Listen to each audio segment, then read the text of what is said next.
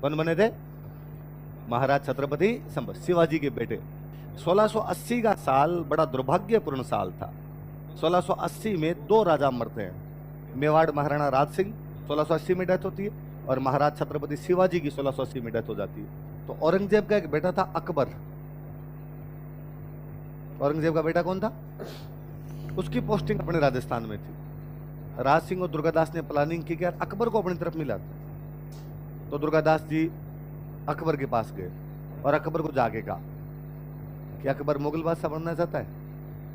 तो उसने कहा जैसे डैडी मरेंगे, डैडी के मरने के बाद में मैं तीनों भाइयों को मारूंगा, और तीनों भाइयों को मार के और मैं क्या बन जाऊंगा? मुगल बादशाह।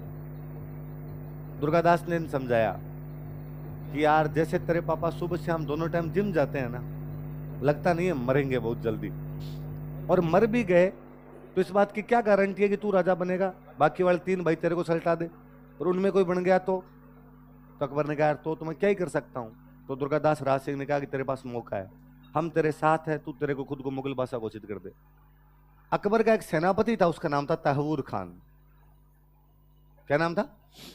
अकबर की जो सेना थी उसका मुख्य सेनापति कौन था? तहवूर खान का पूरा परिवार था आगरा में। परिवार कहां पे था भाई? वो बेचारा राजस्थान लड़ने के लिए आया तो परिवार तो आगरा में रहा होगा।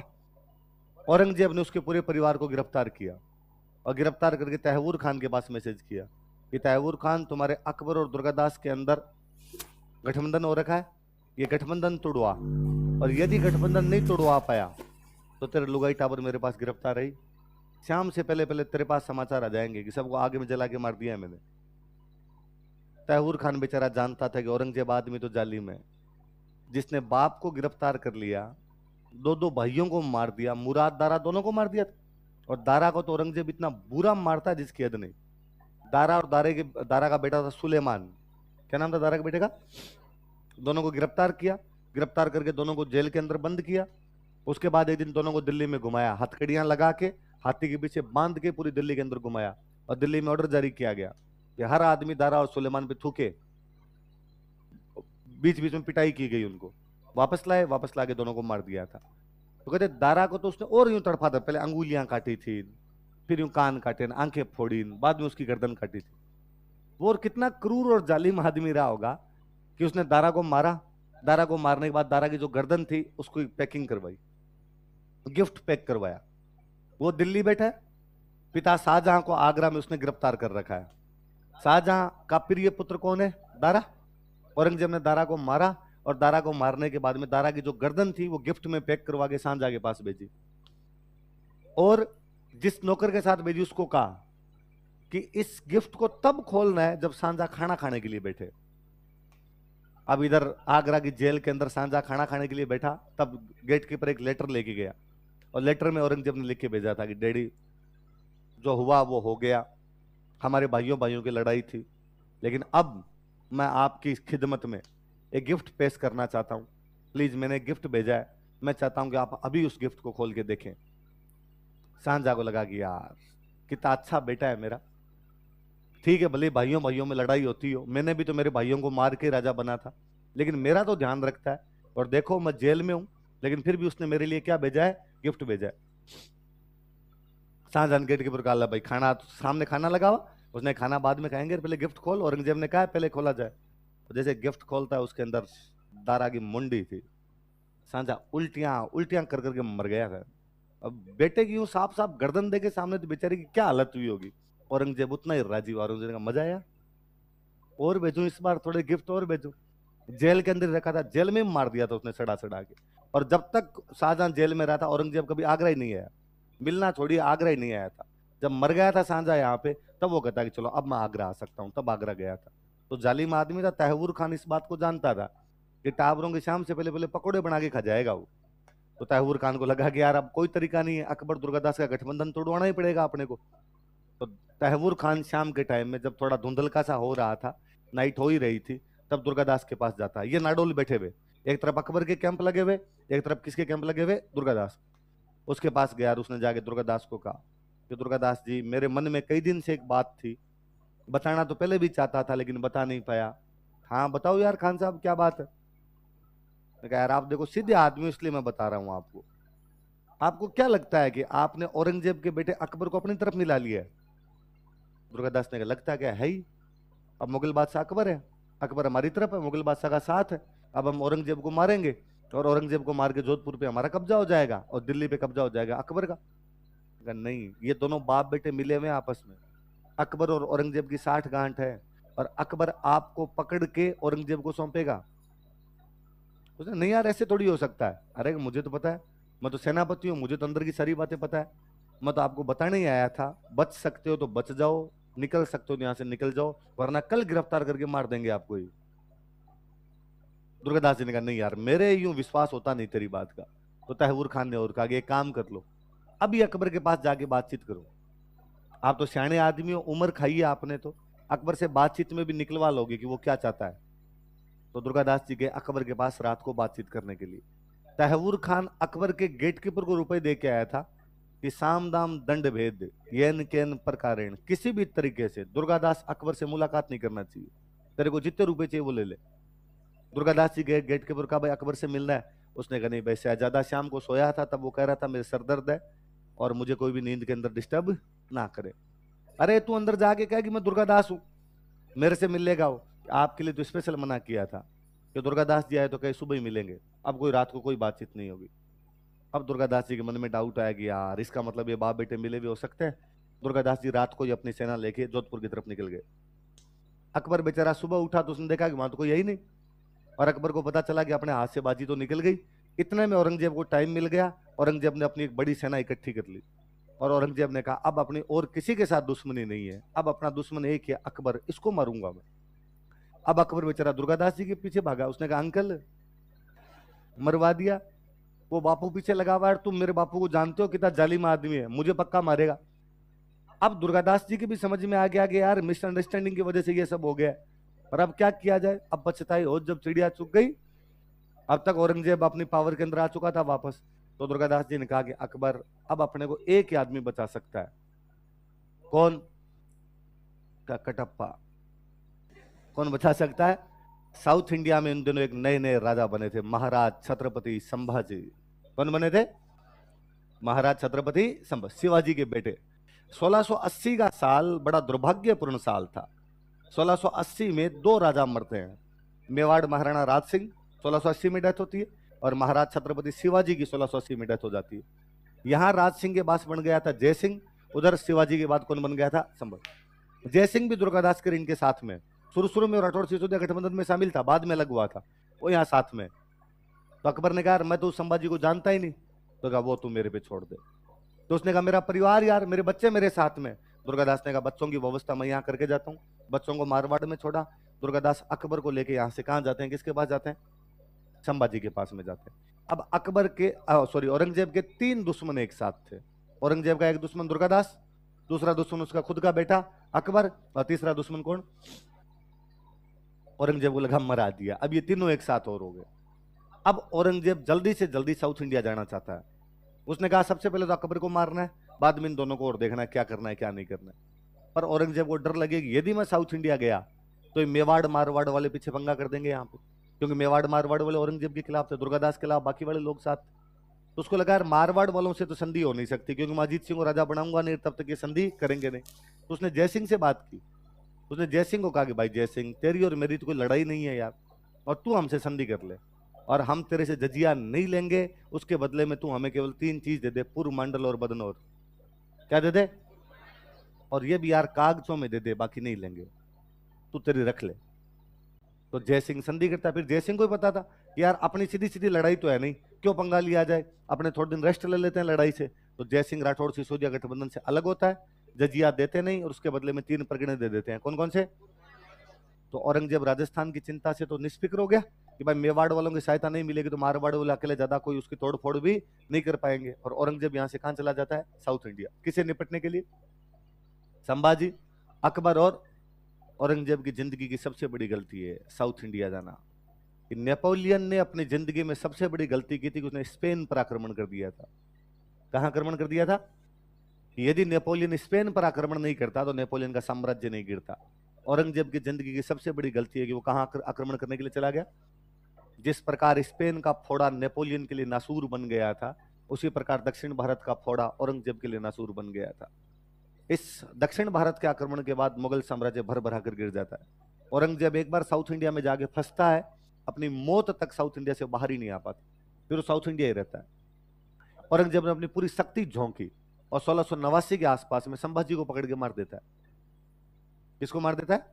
संभाजी को उसने और क्रूर तरीके से मारा था। मतलब संभाजी वाली मौत तो इतिहास की सबसे दर्दनाक मौत है। ये टुकड़े टुकड़े करवा दिए थे संभाजी के, थोड़े थोड़े थोड़े मछलियों के टुकड़े करके नदी में बहाए थे उसने संभाजी के। संभाजी को जब मार दिया तो अकबर दुर्गादास के समझ में आया कि यार अपने तो किसके पास में आए थे? संभाजी के। और संभाजी को मार दिया, तब अब अगली बारी अपनी है।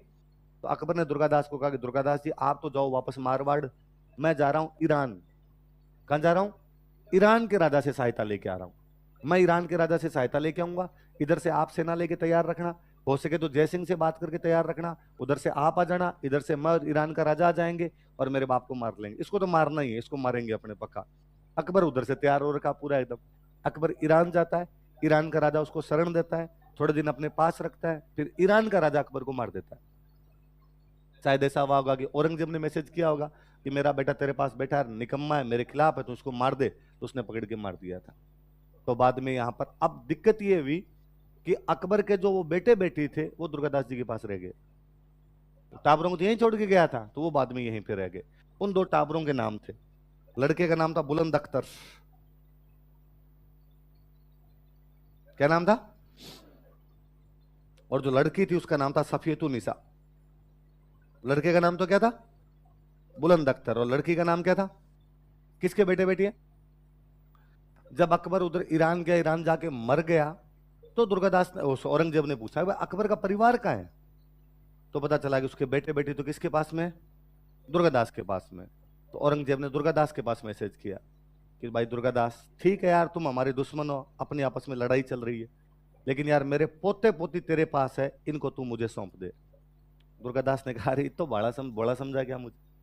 और जो तू अपने बेटे के पीछे हाथ धो के पड़ा हुआ था कि अकबर को मारूंगा, इस बात की क्या गारंटी है कि जब तेरे पास बुलंद अख्तर और सफियतुन्निसा आएंगे तो तू इनको नहीं मार देगा? और यदि इनको मार देगा तो मैं यार कल को मरने के बाद अकबर को ऊपर जाके क्या मुंह दिखाऊंगा? अकबर मेरा दोस्त था, उसने कहा था मेरे टाबरों का ध्यान रखना, और मैं क्या कहूंगा कि मैंने तेरे टाबरों को औरंगजेब को सौंप दिया और औरंगजेब ने मार दिया। तूने यार तेरे बाप को और भाइयों को और उनको नहीं बख्शा, तो इनको टाबरों को तो कहीं बख्श देगा तू? औरंगजेब ने कहा मैं कुछ ही नहीं करूंगा, हाथ नहीं लगाऊंगा इनके, मेरी दुश्मनी अकबर से थी, इन टाबरों से नहीं है, इनको तू सौंप दे। लेकिन दुर्गादास जी ने देने से मना कर दिया। तो फिर औरंगजेब के दरबार में अपने जोधपुर के एक राइटर रहते थे, ईश्वरदास नागर। कौन राइटर थे, नाम बोलो थे?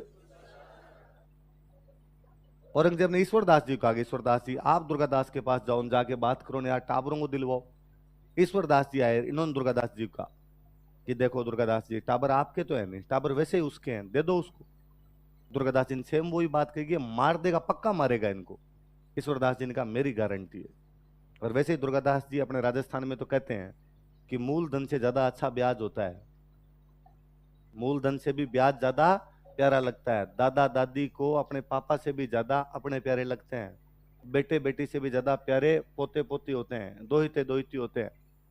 कि छोटे होते थे तब स्कूल जाने के लिए घर में झगड़ा करते कि नहीं जाऊंगा स्कूल, तो पापा मम्मी कूटते पकड़ के कि जाना पड़ेगा, क्यों नहीं जाएगा? और गांव में तो टाबर यूं लिट जाया करते थे कि नहीं जाऊंगा, कैसे भेज दोगे, बाल मिट्टी में कर लिया करता था, धूल उछाड़ने लग जाते कई तो। और घर वाले कूटते कि नहीं नहीं जाना पड़ेगा स्कूल, पकड़ के खींच खींच के लेके जाते हैं। अक्सर दादा दादी आगे भी छुटा गए, रहने दो, बना रहे हो कलेक्टर, आज ही लगा दोगे इसको, नहीं जा रहा नहीं जा रहा, आजा इधर आजा। और वैसे ही पापा कभी पीटते तो अपनी ढाल कौन बनते हैं? लगभग दादा दादी बचाते ही, लगभग हमेशा बचा ही लेते हैं। दादा दादी का यूं पोते पोती के प्रति स्नेह रहता ही है हमेशा, तो वो बचाने का काम करते हैं। तो मैं हमेशा हंसता ही हूँ कि गांव में कई कई टाबर जो होते हैं उनको दादा दादी इतना लाड करते हैं कि फिर वो पहली क्लास में जब जाते हैं तब 9 साल के होते हैं, कि जाने देते नहीं घर वाले, तो कि भाई चला जाएगा चला जाएगा। तो अब वो जो पहली क्लास में एडमिशन कराया तब को 8-9 साल का था, फिर वो 5वीं क्लास में बेटा बेटा मुझको बंट देता है। फिर कि गांव में 5वीं क्लास का टूर्नामेंट हुआ, कबड्डी का टूर्नामेंट हुआ, उसमें बाकी सारे टाबरी नाने नाने जिलप है, एक बेटा डाकी घूमे उनके बीच में, उठा उठा के फेंके टाबरों को। हाँ, तो फिर वो ऐसे जो टाबर होते हैं दादा दादी के क्या होते हैं, लाडले होते हैं। तो ईश्वरदास जी ने वही कहा कि यार दादा दादी कभी नहीं मारते यार बच्चों को, सौंप दो इनको। तो दुर्गादास जी ने कहा कि दोनों को एक साथ नहीं भेजूंगा, पहले बच्ची को ले जाओ, मैं देखूंगा औरंगजेब का बिहेव वगैरह कैसा है, फिर मैं किसको भेज दूंगा, बुलंद अख्तर को भेज दूंगा। तो किसके कहने पर बच्चों को सौंपा गया? तो कहते हैं बच्ची पहले गई थी। तो बच्ची जब औरंगजेब के पास पहुंची तो औरंगजेब बड़ा राजी हुआ, यार मेरी पोती इतने दिनों बाद आई है। सिर पे हाथ फेरा, बिठाया अपने पास में, फिर उसको कहा, अपने मंत्रियों को कहा कि यार हिंदुओं के घर में रह के आई है, हिंदू बना दिया होगा इसको, ओम भूर्भुवस्व सिखा दिए होंगे इसको, लेके जाओ पहले इसको मुसलमान बनाओ, इसको कुरान पढ़नी सिखाओ, इसको नमाज पढ़नी सिखाओ। तो उस बच्ची ने कहा कि नहीं, तो क्यों सिखाओ मुझे ये, मुझे कुरान आती है, मुझे नमाज भी आती है। तो औरंगजेब ने कहा तुझे कैसे आई, तू वहां हिंदुओं के घर में रहती थी, वहां किसने सिखाई, वहां को आरतियां सिखाई होगी तुझे।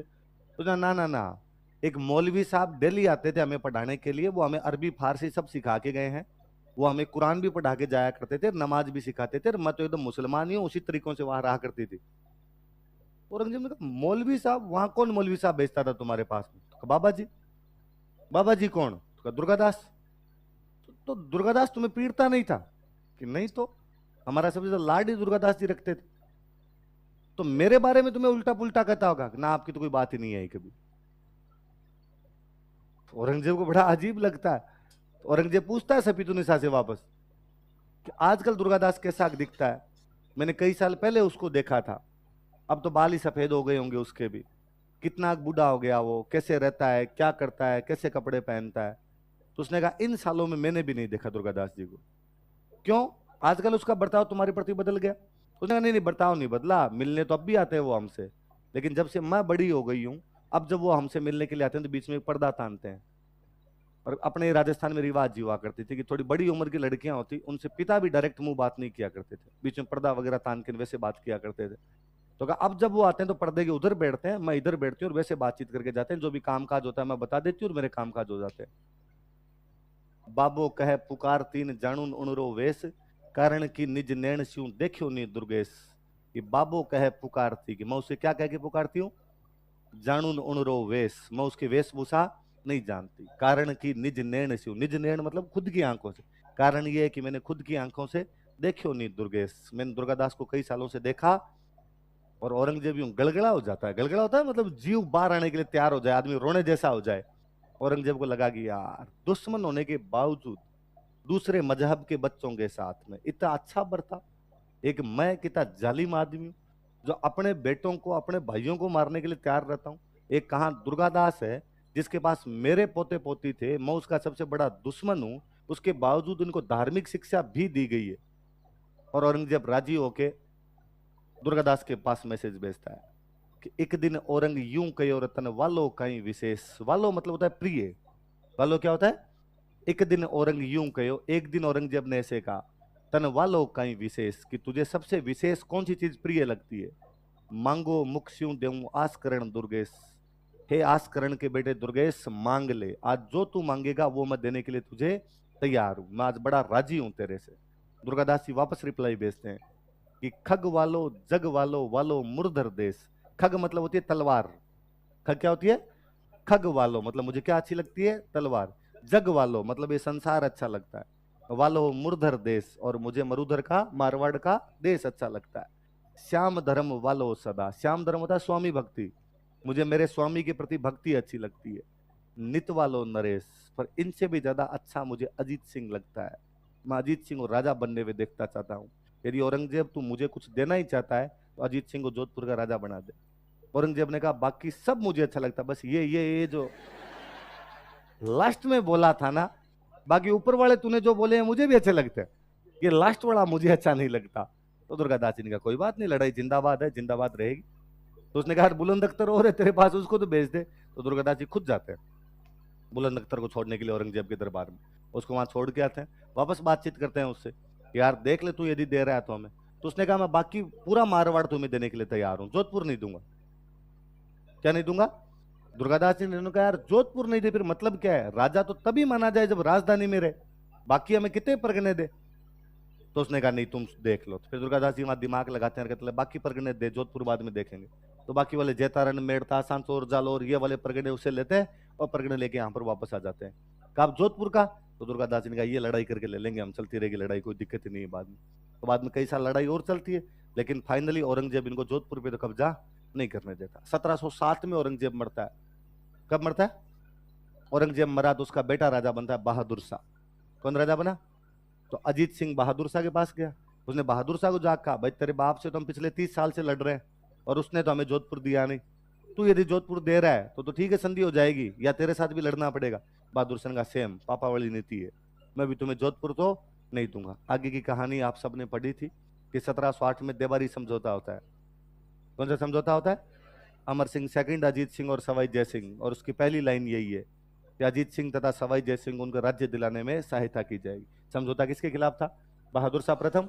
तो अब तीनों की सेनाएं मिलके आती है, मुगलों का जोधपुर में जो कब्जा था उसको उड़ा देती है, और अजीत सिंह जोधपुर का क्या बन जाता है? राजा। तो कब राजा बना अजीत सिंह जोधपुर का?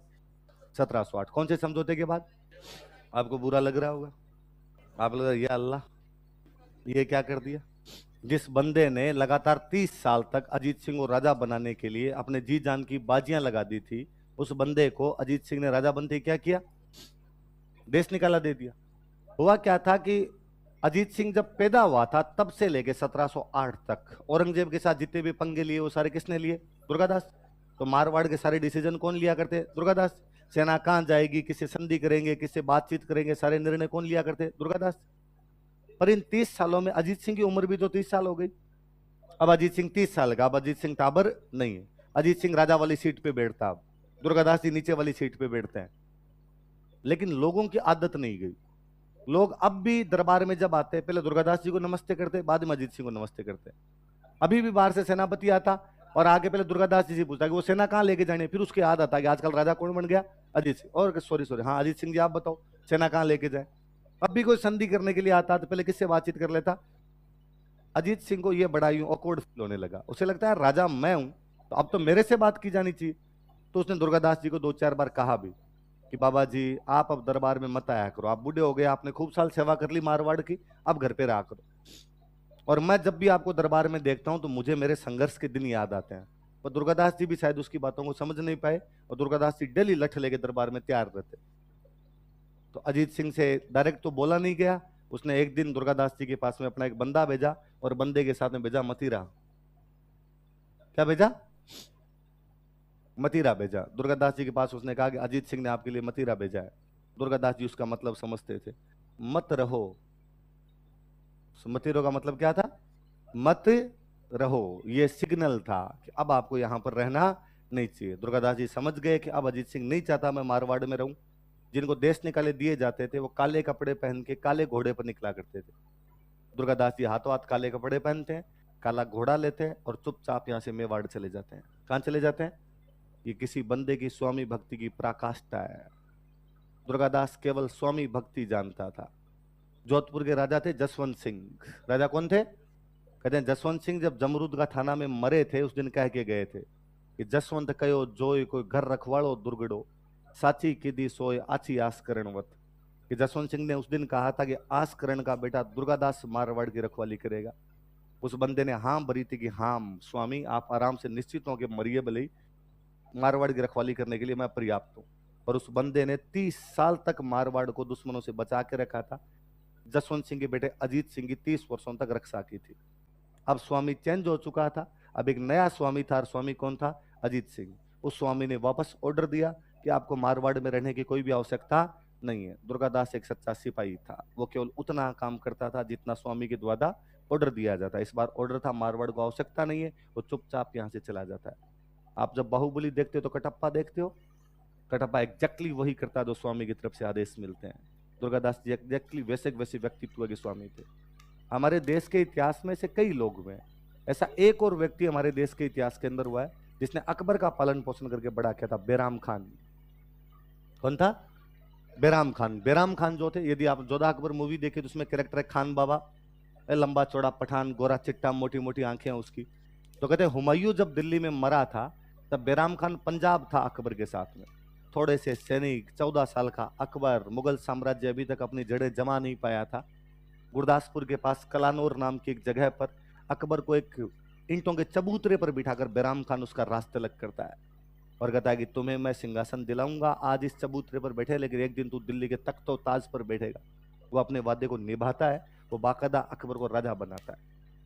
अकबर का राजा बनने के बाद वो कई साल तक और अकबर की सेवाएं करता है। अब अकबर थोड़ा बड़ा हुआ, अकबर थोड़ा समझदार हुआ, अब अकबर को बैराम खान की बातें इंटरफेयर लगने लगी। और एक दिन अकबर मैसेज करता है कि मैं आगरा से दिल्ली जा रहा हूं शिकार खेलने के लिए। अकबर आगरा से दिल्ली जाता है, दिल्ली जाके एक ऑर्डर जारी करता है कि मैं मेरे सारे मंत्रियों को बर्खास्त करता हूं और मेरे सारे मंत्री दिल्ली आके मेरे से मिले। ये समाचार बैराम खान के पास पहुंचता है कि बैराम खान को अकबर ने बर्खास्त कर दिया है और उसने उसको कहां पर बुलाया है, दिल्ली। और बैराम खान को गुस्सा आता है और बैराम खान को लगता है ये क्या तरीका है, मैं ही हूं जिसने अकबर को राजा बनाया, मैं ही हूं जो मुगल सिंहासन को बचा के बैठा हुआ हूं, और आज मेरी ये दिन कि मुझे अकबर के सामने लाइन में जाके खड़ा होना पड़ेगा और मैं नहीं जा रहा। अकबर को पता चला कि बैराम खान ने आज्ञा का उल्लंघन कर दिया है। राजा की आज्ञा के उल्लंघन का मतलब होता था मौत। अकबर ने कहा पकड़ के लाया जाए बैराम खान को। बैराम खान को पकड़ के सामने पेश किया गया। अकबर ने कहा कि खान बाबा आपने मेरी सेवा की, इसलिए अंतिम मौका देता हूं, कोई अंतिम इच्छा हो तो बता दीजिए। बैराम खान ने कहा कि मैं हज करना चाहता हूं। क्या करना चाहता हूं? जाइए हज के लिए जाइए। बैराम खान जब हज के लिए जा रहा था, पहले जब हज के लिए जाते जिस बंदरगाह से जाया करते वो बंदरगाह था सूरत। कौन से बंदरगाह जाते थे? तो सूरत को कहते थे हज का द्वार। कि हज का द्वार कोई बंदरगाह, तो वो कौन सा? अपना सूरत। जब वो बैराम खान अपने परिवार के साथ में सूरत जा रहा था, बैराम खान ने कभी मुगलों की तरफ से जब लड़ाइयां लड़ी थी, एक अफगान को एक युद्ध में मारा था। मुगलों की अफगानों की आपस में बनती नहीं थी, एक अफगान को युद्ध में मारा था। उस अफगान को जिसको युद्ध में मारा था, उसका बेटा सूरत के आसपास कहीं रहता था। उसके बेटे को पता चला कि बैराम खान अकेला जा रहा है, बीच में बैराम खान को पकड़ के मार देता है। बैराम खान का अंत बहुत बुरा था। बैराम खान और दुर्गादास जी एग्जैक्टली सेम कैरेक्टर है।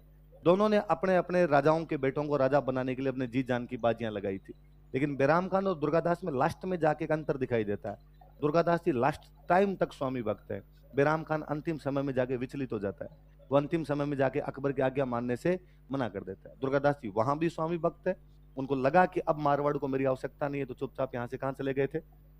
इसलिए आज भी जब भी स्वामी भक्ति का जिक्र आता है, हमारे दिमाग में दो ही नाम आते हैं, दुर्गादास राठौड़ और पन्ना धाय। कौन कौन से दो नाम आते हैं? तीसरा नाम यदि स्वामी भक्ति के तौर पे आता तो चेतक आता है, और चेतक मिनक नहीं है, घोड़ा है। मिनकों में तो आज दिन तक दो ही नाम लिए जाएंगे, या तो दुर्गादास जी का लिया जाएगा, किसका लिया जाएगा? पन्ना धाय का।